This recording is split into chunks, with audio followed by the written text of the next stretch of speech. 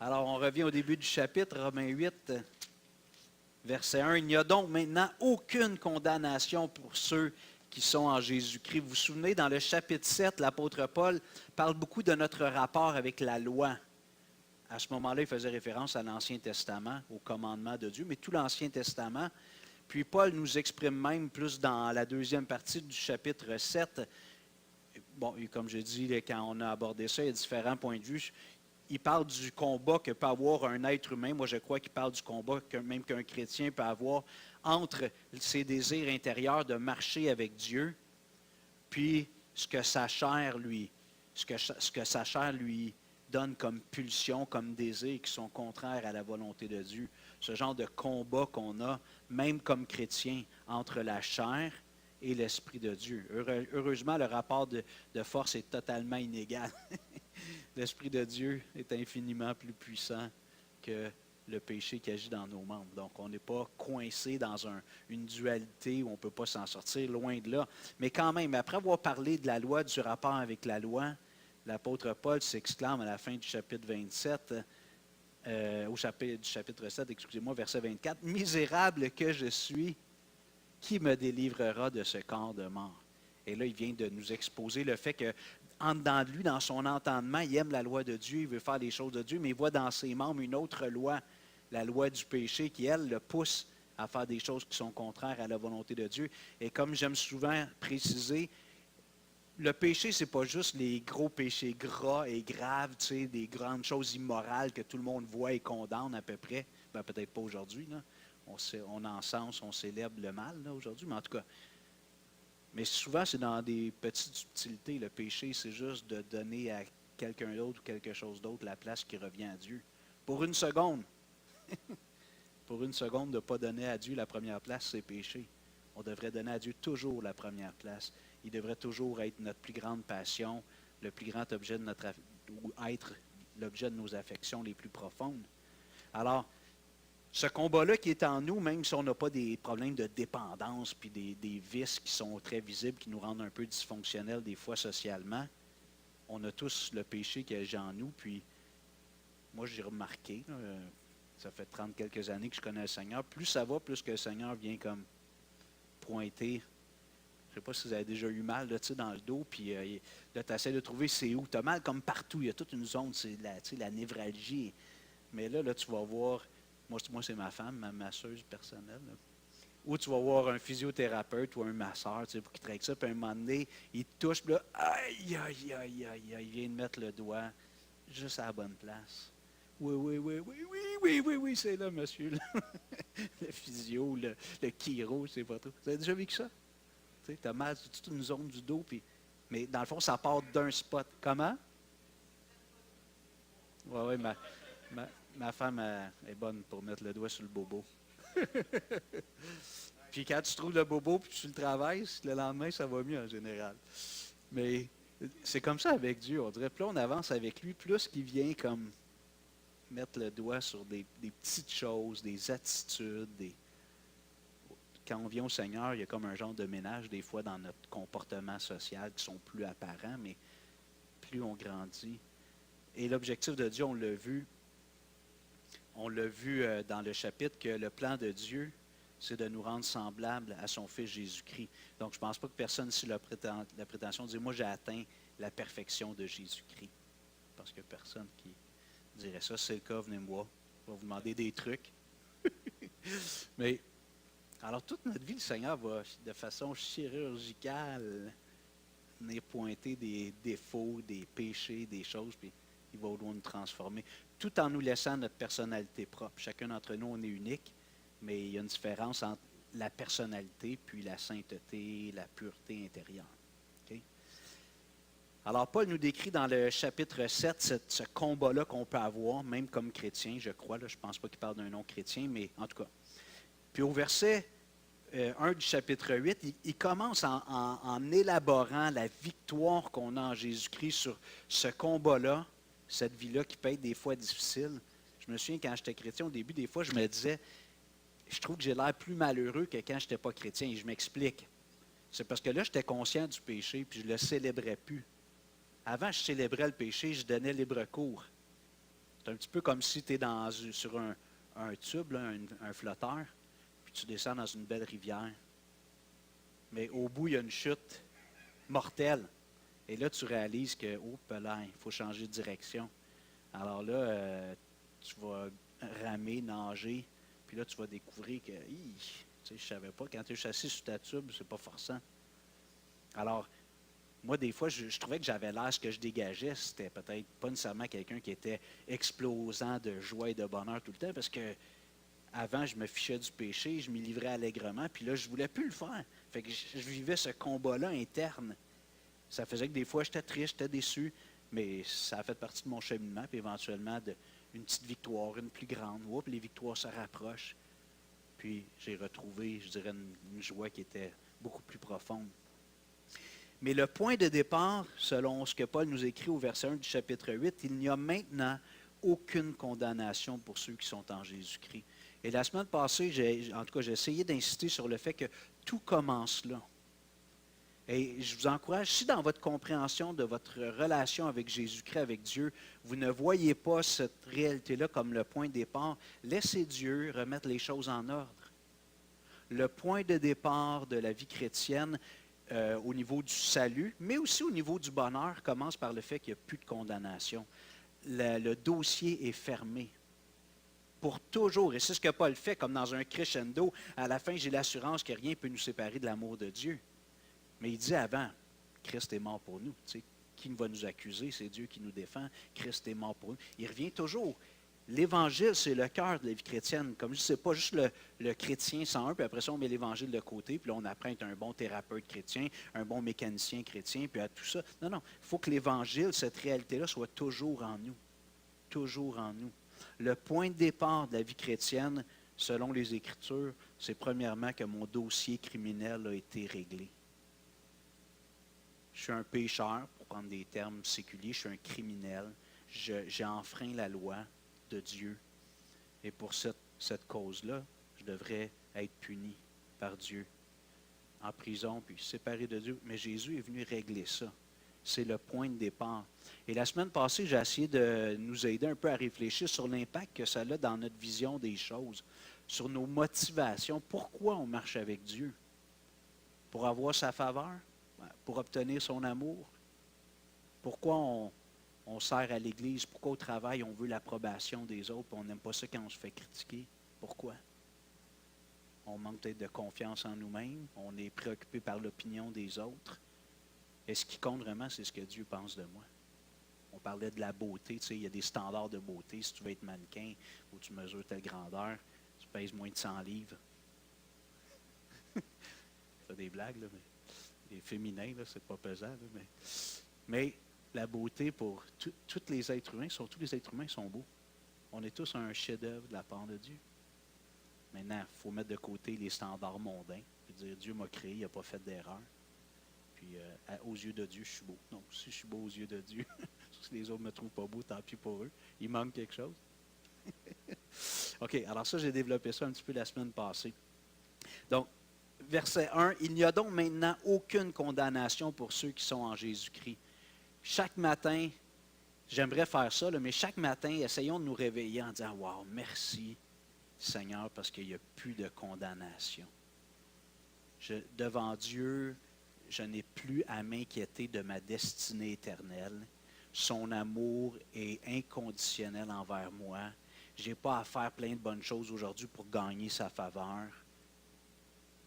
Ce que je veux tout simplement, c'est célébrer, apprécier l'amour de Dieu. Et je vous invite à aller dans Éphésiens 3, Éphésiens 4, excusez-moi. 3 ou 4, excusez. Je vais vous dire ça. Éphésiens 3, 14, si je me souviens bien. Ah, j'ai dit toutes sortes d'affaires, Richard. Attends un peu. Éphésiens 3, 14.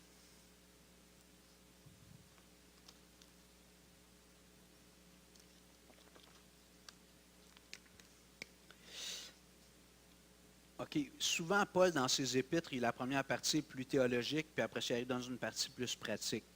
Là, dans l'épître aux Éphésiens, 1, 2, 3, chapitre 1, 2, 3, c'est la théologie, plus théologique, puis 4, 5, 6, c'est plus pratique. Il arrive à la fin de sa partie théologique, puis il dit, à cause de cela, en parlant du mystère que les Juifs et les non-Juifs sont réunis, forment un seul corps en Christ, à cause de cela, je fléchis les genoux devant le Père, de qui toute famille dans les cieux et sur la terre tire son nom. Alors il dit, voici pourquoi je prie pour vous, chrétiens d'Éphèse, afin qu'il vous donne, selon la richesse de sa gloire, d'être puissamment fortifié par son esprit dans l'homme intérieur, en sorte que Christ habite dans vos cœurs par la foi, étant enraciné et fondé dans l'amour, que vous puissiez comprendre avec tous les saints, finalement sa prière concerne tous les chrétiens, quelle est la largeur, la longueur, la profondeur et la hauteur, et connaître l'amour de Christ qui surpasse toute connaissance, en sorte que vous soyez remplis jusqu'à toute la plénitude de Dieu. Or, à celui qui peut faire par la puissance qui agit en nous, infiniment au-delà de tout ce que nous demandons ou pensons, à lui soit la gloire dans l'Église et en Jésus-Christ, dans toutes les générations, au siècle des siècles. Amen. C'était quoi la prière de Paul pour les chrétiens d'Éphèse? Je ne sais pas si quelqu'un veut tenter sa chance. Il priait pour quoi, dans le fond? Il voulait que les chrétiens comprennent davantage quoi? L'amour de Dieu manifesté en Jésus-Christ. Et là, il parle de 4 dimensions. Moi, qui est anciennement un prof de maths, je ne comprends pas. Tu sais, on a X, Y, puis Z. On vit dans un monde tridimensionnel. Mais là, il ajoute une 4e. Est-ce que c'est la chose spirituelle? Y a-t-il une idée, Paul? Je ne sais pas. Ou il n'était pas bon en mathématiques? Je ne sais pas. Mais il parle d'auteur, largeur, profondeur, longueur, 4 dimensions. Et il dit, je prie pour que vous saisissiez tout l'amour de Dieu en Jésus-Christ. Alors, si je me réveille le matin puis je pense à l'amour de Dieu, oui, c'est dans plein de petits détails, des accompagnements quotidiens, des bénédictions, mais l'amour de Dieu a été manifesté en ce que lorsque j'étais encore un pécheur, Romains 5, 8, Christ est mort pour moi. Alors que chaque matin, ce que je vous souhaite et je me souhaite, c'est qu'à chaque matin, avant même que mon pied touche le plancher en sortant de mon lit, que je prenne quelques instants pour contempler le don de Dieu, de Jésus-Christ pour moi, son sacrifice. Puis là, je me dis, OK, il n'y a plus de condamnation, parce que j'ai placé ma foi dans Jésus. La plus grande marque ou la plus grande expression d'amour de Dieu envers nous, c'est le don de son Fils. Amen. Ça commence bien la journée. Tu commences plein de gratitude. Et là, Paul nous dit dans Éphésiens 3 que si on comprend de plus en plus toutes les dimensions de l'amour de Dieu manifesté en Jésus-Christ, on va être rempli jusqu'à toute la plénitude de Dieu. Le Saint-Esprit va couler en nous là, comme un gros flot. Ça ne sera pas juste au compte-gouttes. Le Saint-Esprit va le Saint-Esprit va nous saturer. On va être rempli du Seigneur, puis ça va déborder sur les autres. Et là, quand il dit « Or à celui qui peut faire la puissance qui est en nous », souvent on l'applique quand on est découragé, puis on se dit « J'y arrive pas », puis « OK, le Seigneur peut le faire ». Mais si on situe le verset dans son contexte, c'est de saisir toutes ces choses-là, l'amour de Dieu, de grandir dans notre compréhension de l'amour de Dieu, puis d'être de plus en plus rempli du Saint-Esprit. Donc, des fois, on se dit « Je ne suis pas capable, je n'y arriverai pas », tu sais. Ben, le Seigneur, il dit « Contemple Jésus, imite Jésus, délecte-toi de Jésus ». Et vous vous souvenez la semaine passée que quand Jésus s'est fait baptiser, qu'est-ce qu'il a dit, Dieu? Celui-ci est mon Fils bien-aimé. Écoutez-le. Tu entends la voix de Dieu. Vous vous souvenez? J'imagine, je ne sais pas s'il y avait une voix comme ça, caverneuse, mais imagine la voix qui vient du ciel. Même quand il a été transfiguré sur la montagne, même chose. C'est là qu'il ajoute « écoutez-le ». Au début, il dit « Celui-ci est mon Fils bien-aimé en qui j'ai mis toute mon affection ». Dieu dit à l'humanité, cet homme-là, Jésus de Nazareth, c'est mon trésor le plus précieux. Alors, ce qu'on fait de Jésus ne laisse pas Dieu indifférent. Si j'embrasse par la foi Jésus, il cogne à la porte du cœur, je dis, viens-t'en Jésus. Ah, là, Dieu dit, waouh, j'aime ça. Tu ouvres ta porte à mon fils. Mais si tu rejettes Jésus, ben, tu fais juste donner une gifle à Dieu puis dire, je ne veux rien savoir de ce qui t'est le plus cher. Donc, notre rapport avec Jésus comme être humain est un passage obligé pour être réconcilié avec Dieu. C'est un passage obligé. Tu veux être réconcilié avec Dieu, tu veux aller au Père, tu veux aller dans un état de bonheur parfait pour l'éternité, au paradis, au ciel. Jésus est un passage obligé. Et c'est ce qu'on avait vu, tout est en Christ. On revient à Romains 8.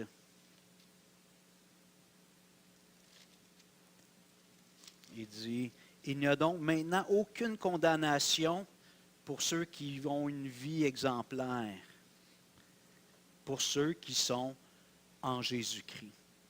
Plus de condamnation. Jésus, c'est comme un lieu, c'est un lieu spirituel. S'il pleut fort, normalement, si je n'ai pas de parapluie, je cherche un angle de maison, un bout de toit pour aller me réfugier, un arbre peut-être qui ne fera pas une job parfaite, mais qui va peut-être me garder au sec un petit bout de temps. Tu veux être à l'abri du jugement de Dieu, tu vas en Jésus. Tu rentres dans le lieu, la personne qu'on appelle Jésus. Quand tu es là, tu es à l'abri. Et ça, on le fait normalement une fois pour toutes, c'est définitif. Alors, Paul nous dit, il n'y a aucune condamnation pour ceux qui sont en Jésus, qui ont placé leur foi en lui.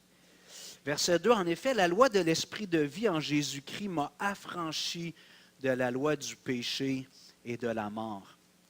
Si je reviens à son cri du verset 24 du chapitre 7, « Misérable que je suis, qui me délivrera? » Donc, il parle qu'il est captif, il est esclave.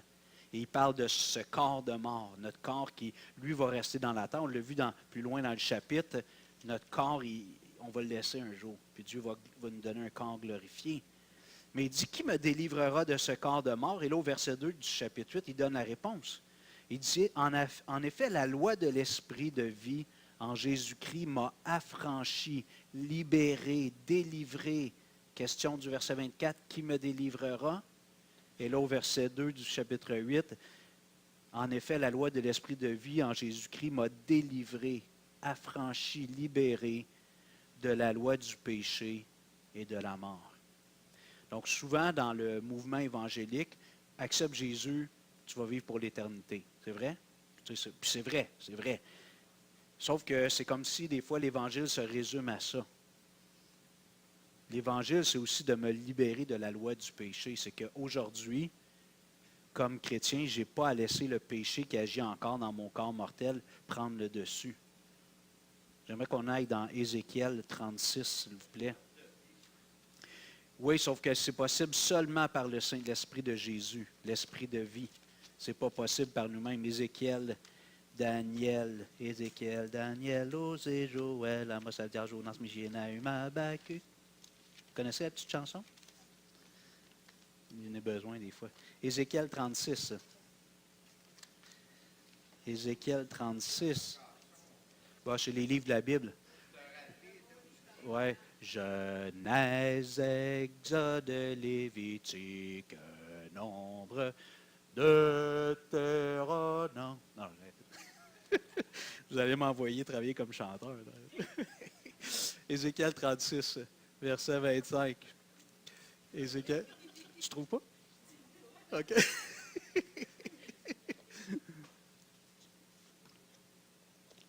Ézéchiel 36, verset 25. Le Seigneur fait une promesse à Israël, mais finalement, on réalise dans le Nouveau Testament que c'est à nous aussi. Parce que le Seigneur dit à Abraham, « Toutes les nations de la terre seront bénies en toi. » Verset 25. « Je répandrai sur vous une eau pure, et vous serez purifiés. Je vous purifierai de toutes vos souillures et de toutes vos idoles. Je vous donnerai un cœur nouveau, et je mettrai en vous un esprit nouveau. J'ôterai de votre corps le cœur de pierre, et je vous donnerai un cœur de chair. Je mettrai en vous mon esprit, et je ferai en sorte que vous suiviez mes ordonnances et que vous observiez et pratiquiez mes lois. » Alors maintenant qu'on a eu le message de Jésus, l'Évangile, on comprend que le Seigneur parle ici de la nouvelle naissance. Il dit à Israël, puis finalement ça s'est étendu à toutes les nations, qu'un jour, Dieu allait venir et allait enlever le cœur dur.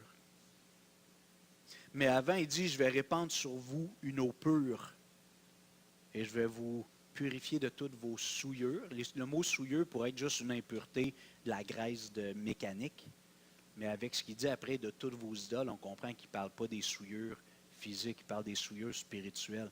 Donc l'eau dont Dieu parle, ce n'est pas juste une belle eau qui sort d'une champlure ou d'un torrent d'eau. Il parle de l'eau spirituelle qui va nous purifier. Quand Jésus dit tu dois naître d'eau et d'esprit, il parle de cette eau purificatrice qui est le sang de Jésus. Okay? Alors là, le Seigneur dit, premièrement, je vais vous laver, je vais régler le problème du péché dans vos vies.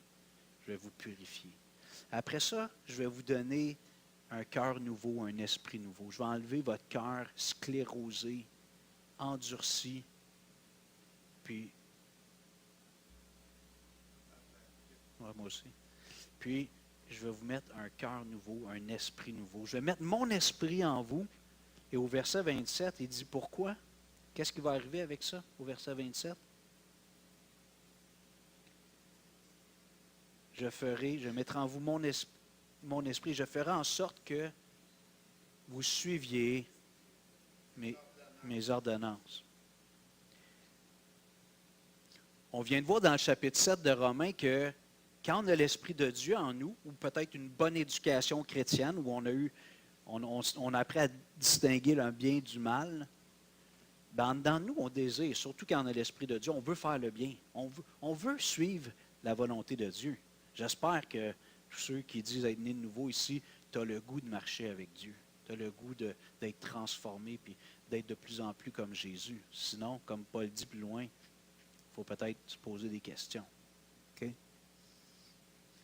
Alors, Paul nous dit dans le chapitre 7 de Romains qu'il voit en lui une loi, la loi de son entendement, qui prend plaisir à la loi de Dieu, mais il voit dans ses membres une autre loi, la loi du péché, qui, elle, veut faire le contraire.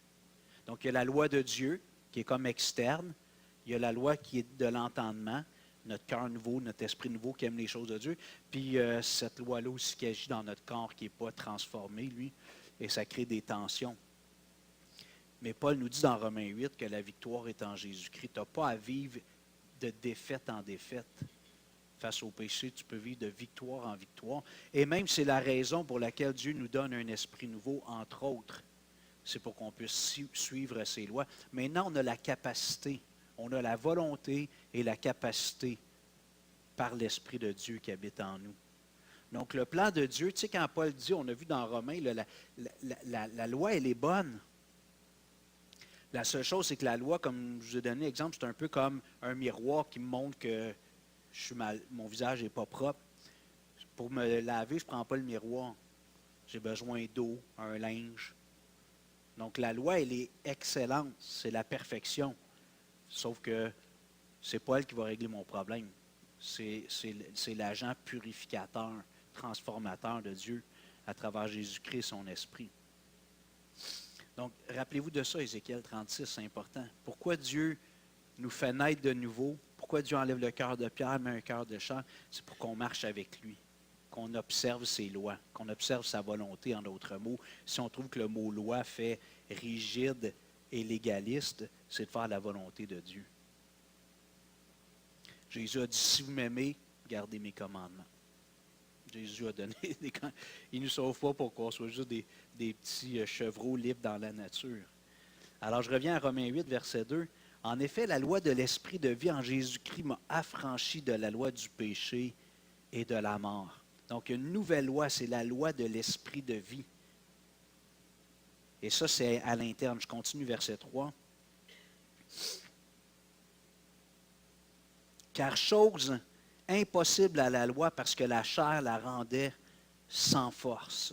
Dieu a condamné le péché dans la chair en envoyant à cause du péché son propre Fils dans une chair semblable à celle du péché. Alors, vous voyez, c'est un petit peu mon exemple du miroir ou du thermomètre qui me dit que je fais de la fièvre, mais ce n'est pas le thermomètre qui peut faire diminuer ma fièvre. Je n'avalerai pas le thermomètre.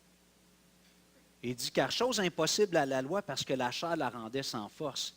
La loi, elle est parfaite. C'est le standard de Dieu, c'est la volonté de Dieu. Puis elle est bonne. Mais elle n'a pas la force qu'elle doit avoir parce que le péché que j'ai en moi, il me pousse à faire le contraire. Puis même, il est tellement vicieux, le péché, qu'il aime l'interdit. Hein? On en a parlé, là. Je ne sais pas que, surtout comme chrétien, c'est peut-être moins tentant l'interdit, mais quand quelqu'un veut toujours nous interdire quand on est petit quelque chose, on se dit pourquoi? Et c'est ça que Satan a fait même avec Adam et Ève qui n'étaient pas encore corrompus. Il a dit, Dieu ne veut pas que vous soyez comme lui. Il est venu jouer avec leur curiosité. Pourquoi Dieu ne veut pas que vous mangiez de l'arbre de la connaissance du bien et du mal? Parce qu'il ne veut pas que vous soyez comme lui. Il a menti. Alors, l'interdit, ça attise notre curiosité. Et quand on est pécheur, c'est comme même l'idée d'aller contre l'interdit. Pas le droit. Pas le droit. Je vais y aller, moi. Alors, car chose impossible à la loi parce que la chair la rendait sans force. Alors, Paul nous dit, c'est impossible d'avoir une vie heureuse en harmonie avec Dieu, juste avec la loi, avec l'ancienne alliance de l'Ancien Testament. Il manque quelque chose. Ça te prend la loi de l'esprit de vie. Ça te prend un cœur nouveau, une vie nouvelle. Et là, tu as une motivation interne et tu as même la puissance de Dieu pour te rendre capable de vivre cette vie qui conduit au bonheur. Parce que la chair la rendait sans force. Et comment Dieu a fait ça? Dieu a condamné le péché, verset 3, deuxième partie. Dieu a condamné le péché dans la chair en envoyant à cause du péché son propre Fils dans une chair semblable à celle du péché. Je ne sais pas si vous comprenez comme moi, là, puis là, je ne suis pas en train de dire que c'est une grande vérité théologique et que j'ai tout bien compris, mais c'est comme si le Seigneur qui connaît toutes choses, mais là, comme Paul dit, des fois, je parle à la manière des hommes parce que je suis un homme, fait que j'exprime les choses avec ma petite tête d'être humain. Mais il dit que Dieu a, parce que la chair la rendait, Dieu a condamné le péché dans la chair. C'est comme si Dieu a dit, regarde, l'homme, ça va mal. Okay? Il est vraiment mal pris. Puis il dit, on va tout emballer le péché. Là, on va comme mettre ça, on va inclure ça dans la chair. C'est comme si on va diviser les deux. Puis on va tout mettre le pas bon dans la chair. On va ficeler ça, puis on va kicker ça dehors. Mais la partie interne, immatérielle, elle, je vais la renouveler. Puis un jour, notre corps, bon, évidemment, la plupart des chrétiens vont mourir physiquement. Les seuls qui ne mourront pas, c'est quand Jésus va revenir. Bien, maintenant, on va laisser ce corps-là, qui est plein de problèmes, plein de maladies. OK? Puis, Dieu va nous donner un corps nouveau. Mais notre être intérieur, il est déjà renouvelé. Alors, c'est comme si Dieu dit, garde, Dieu a condamné le péché dans la chair. C'est comme si Dieu a dit, on va comme séparer là, le péché, on va l'assigner à la dimension un peu physique de l'homme, puis on va y régler son compte. Mais jusqu'à temps que son compte soit finalement réglé, on va donner le bonheur qui est intérieur. Je vais donner ce cœur nouveau-là, ce qui va faire que les êtres humains qui vont placer leur foi dans mon Fils Jésus, oui, ils vont avoir encore des tiraillements, des tentations, mais ils vont pouvoir vivre une vie victorieuse et heureuse par la vie nouvelle que je vais mettre en eux. Okay? Et là, il dit que Dieu a condamné le péché dans la chair en envoyant à cause du péché son propre Fils dans une chair semblable à celle du péché. C'est important ici, Paul, il dit semblable à celle du péché. Qu'est-ce qui distingue Jésus de tous les autres êtres humains? Il n'a pas péché. Et vous vous souvenez comment Jésus a été conçu? Moi, je regardais en préparant mon message, je me demandais dans la doctrine catholique si l'Immaculée Conception, c'était l'idée que Jésus a été conçu non pas dans le péché, mais c'était ma première idée. Alors, l'Immaculée Conception, selon Internet, selon le dogme catholique, est un dogme de l'Église catholique proclamé par le pape Pie IX en 1854, affirmant que la Vierge Marie a été préservée du péché originel dès sa conception par une grâce divine spéciale. Célébré le 8 décembre, on met ça au calendrier, s'il vous plaît. C'est pas vrai. Cette doctrine souligne sa pureté pour devenir la mère de Jésus. Où est-ce qu'on voit ça dans la Bible? Que Marie était sans péché? Nulle part. C'est grave, là. Et tout le culte que l'Église a développé autour de Marie, tu sais, mère médiatrice, co-rédemptrice. Sainte-Anne-de-Beaupré, non? Ah ouais. Mais c'est grave, cette doctrine-là est vraiment grave. Ça fait que des fois, les gens disent pourquoi vous, les évangéliques, vous êtes si réactifs face aux catholiques? Bien, c'est pas tous les catholiques, là, mais dans leur dogme, c'est grave. Puis, t'es mieux de prier Marie parce qu'elle va aller en glisser un mot à Jésus. C'est vrai? Moi, j'imagine Jésus, tu sais, un gars, un éternel adolescent. Tu sais, dans la façon qu'il en parle, Jésus, lui, c'est pas un homme qui est attentif, responsable. Il joue sur sa PlayStation toute la journée. Puis le moment Marie, on demande à Marie, écoute, tu sais que Jésus est occupé, on ne sait pas qu'est-ce qu'il fait, mais on pense qu'il est bien occupé à gérer le monde. Il joue sa PlayStation, ses jeux vidéo. Puis là, tu peux-tu aller en glisser un mot à Jésus, s'il te plaît? C'est ça, prier Marie. Tu sais, elle va aller en parler à Jésus, elle. C'est comme la maman raisonnable qui... Ouais! Jésus, excuse de te déranger, mais Hugo, tu sais, il a besoin d'aide. Ah, il est fatigant, lui. Non, mais tu sais, Jésus, quand même. Puis là, finalement, je dis, ah, OK. Il met sa PlayStation de côté, puis il vient aider Hugo. Pas vrai? Je fais un peu de caricature, mais pourquoi Jésus ne peut pas nous entendre? Pourquoi ce culte à Marie? Alors, quand je disais ça, je disais, OK, c'est ça que je pensais, mais Immaculée Conception, je n'avais jamais pris le temps de lire. Alors, voici les points clés. Définition, Marie est née sans péché, une grâce unique en vue de sa mission. Je ne vois pas ça dans la Bible.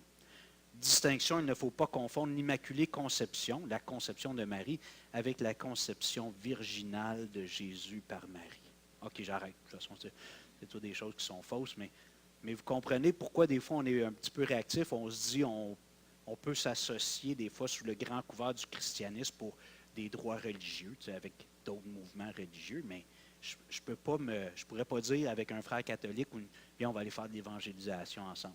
Je ne pourrais pas faire ça. Il croit que Marie est co-rédemptrice.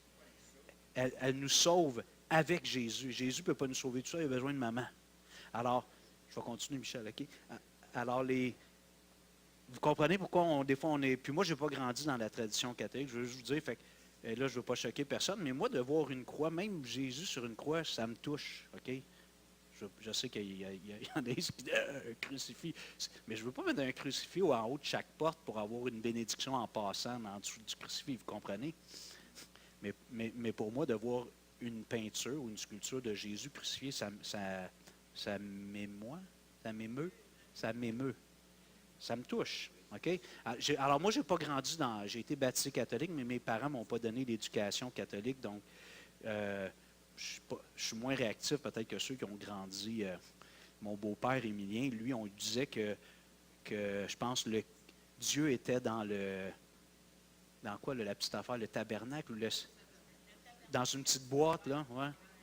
Puis, ouais, c'est ça. Puis, un moment donné, mon beau-père était servant de messe. Puis, il a ouvert la petite boîte, puis il a vu la face du curé de l'autre bord. Il a dit mot à dire. Ils m'ont dit que c'était Dieu qui était dans la boîte, puis il voit la face du vieux curé de l'autre bord. Fait que mon beau-père, Émilien, s'il était là, je le dis, Émilien, lui, est très réactif quand on parle du catholicisme. Moi, je n'ai pas grandi, j'ai pas reçu tout ça, là, fait que mais quand je dis des choses comme ça, l'Immaculée Conception, je dis Boswell. Je ne peux pas m'associer à ça, pas du tout, là. Marie serait née sans péché, puis elle n'aurait pas eu. Jamais la Bible dit ça. Aucun être humain à part Jésus. Puis si on revient, je reviens à ma question quand on était dans Romains 8, ça dit qu'il a envoyé son Fils dans une chair semblable à celle du péché. La conception de Jésus, c'était, puis il ne faut pas imaginer un acte là, sexuel, ça n'a pas rapport, mais son père, ce n'est pas Joseph. C'est le Saint-Esprit. Sa mère, c'est Marie. Donc, de Marie, il y a eu la biologie humaine, mais du Saint-Esprit, dans son existence humaine, il y a eu la divinité, la perfection. Donc, Jésus n'a pas été conçu entre un homme pécheur et une femme pécheresse, il a été conçu entre le Saint-Esprit qui est venu déposer une semence, si vous voulez, dans le ventre de Marie. Alors, Jésus n'aurait pas pu mourir sur la croix s'il avait eu en lui la nature pécheresse, parce qu'il aurait été un pécheur lui aussi. Donc, quand Paul nous dit, on revient à Romains 8, si vous êtes allé ailleurs, mais ça dit, en envoyant à cause du péché, son propre Fils dans une chair semblable à celle du péché. Donc, Jésus n'avait pas une chair entièrement comme la nôtre. Il y avait toute la biologie, mais il n'y avait pas la trace du péché en lui. C'est ce qui distingue Jésus des autres hommes. Évidemment, il a été tenté, tout comme Adam. Adam et Ève n'ont pas été créés avec la trace du péché en eux, mais ils ont été séduits. Jésus aurait pu céder dans son humanité. Bon, il y en a qui disent, oui, mais c'est Dieu, il n'aurait jamais pu. Je ne vais pas là, dans le sens, je ne veux pas essayer de tout comprendre les deux natures en Jésus, mais ça dit qu'il a été tenté comme nous en toutes choses. Donc, la Bible ne dirait pas ça s'il n'avait pas été réellement tenté, dans le sens qu'il y avait une forme de séduction qui agissait sur lui. Mais Jésus n'a jamais péché, contrairement à tous les autres. Certainement qu'il y avait un atout de ne pas avoir le péché en lui, mais quand même, Adam ne l'avait pas, puis Ève ne l'avait pas, puis ils ont péché. Donc, Jésus n'était pas 100% protégé de péché. Alors, Dieu a envoyé son Fils dans une chair semblable à celle du péché, puis je termine avec le verset 4, Romains 8, et cela afin que la justice de la loi soit accomplie en nous qui marchons non selon l'esprit, non selon la chair, mais selon l'esprit. Quand il dit ici, afin que la justice de la loi soit accomplie en nous, ça, c'est ce qu'on a vu tantôt dans Ézéchiel 36, verset 27. La justice de la loi, c'est de marcher droit selon la volonté de Dieu. Dans ce contexte-là, il parle de vivre d'une manière juste devant Dieu. Cette justice-là peut être accomplie en nous qui marchons non selon la chair, mais selon l'esprit. Quand on marche guidé par l'esprit, on accomplit la loi de Dieu. Non pas pour nous sauver nous-mêmes, c'est réglé, Jésus l'a réglé le problème, mais parce que c'est bon. Tous les commandements de Dieu sont bons pour nous. Et quand je suis guidé par l'Esprit, j'accomplis la justice de Dieu. Je fais ce que Dieu veut d'un être humain. Sans le Saint-Esprit, ce n'était pas possible. Comme je dis toujours, Dieu nous a donné une conscience, on a une éducation, il y a une part en nous qui est capable de discerner le bien et le mal à bien des égards. Là. Mais pour vivre une vie comme Dieu le veut, j'ai besoin de l'Esprit de Jésus en moi. Je vous invite à vous lever, on va prier. Ah Seigneur, il n'y a maintenant aucune condamnation pour ceux qui sont, pas en Marie, en Jésus-Christ.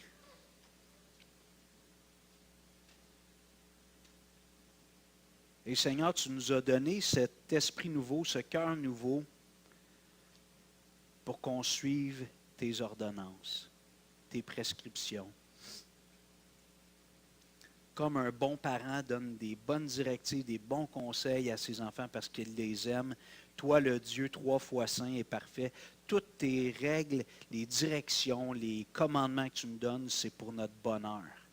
Même si des fois on ne comprend rien, puis on pense que c'est juste des bâtons dans les roues, puis des barrières qui nous empêchent de faire ce qu'on veut. Alors quand tu nous dis, Seigneur, qu'on doit être renouvelé dans notre entendement, que notre intelligence doit être transformée progressivement maintenant qu'on est chrétien, c'est toutes ces choses. Moi, je pense que ça nous prend la bâtisse sur laquelle on a fait une œuvre pour que l'Église puisse continuer à grandir. Dans ma petite tête, il faut qu'on aille vers ça. Mais toi, ça se peut que tu aies un autre plan complètement différent. Et je dois te faire confiance que ton plan, c'est le meilleur. Et des fois, mon côté humain, obstiné, déterminé, pensant comprendre qu'est-ce qui est bon pour l'Église, va être un petit peu borné, puis entêté. Puis là, je vais être déçu, je vais être frustré quand tu ne m'accordes pas ce que je pense qui est bon. Mais dans le fond, ce n'est pas toi le problème, c'est moi le problème. Si tu as dit non, c'est parce que ce n'était pas la bonne chose. Ça sera peut-être ça plus tard ou d'autres choses, bientôt ou plus tard. Alors Seigneur, je te prie de nous aider Nous, ici, tes enfants réunis à Renaissance RDP, donne-nous d'être des hommes et des femmes qui apprécient premièrement et avant tout le fait que tu nous as déclarés justes en Jésus-Christ. Ce que je suis aujourd'hui, par la grâce de Dieu, c'est un homme qui a été justifié, purifié, sur qui il n'y a plus de condamnation. Dieu ne reviendra pas en arrière, il ne changera pas d'idée. Parce que j'ai ouvert mon cœur à celui en qui Dieu a mis toute son affection. Je suis allé me réfugier en Jésus, là où Dieu a mis toute son affection. Si moi j'essaie de protéger mes biens et les miens parce que je les aime, imagine Dieu. Et c'est un peu le crescendo et l'apothéose du chapitre 8. Dieu, si Dieu n'a pas épargné son propre Fils, mais qu'il l'a donné pour nous, à combien plus forte raison ne nous donnera aussi-t-il pas toutes choses avec lui? Tu as investi beaucoup pour me racheter, Seigneur. Tu as donné ton Fils. Tu ne perdras pas ton investissement. Ça, c'est sûr et certain. Seigneur, je te prie pour ceux ici peut-être qui n'ont pas ouvert leur cœur à Christ, pour ceux qui ne se sont pas réfugiés en Christ, en Jésus. Seigneur, qu'ils le fassent aujourd'hui.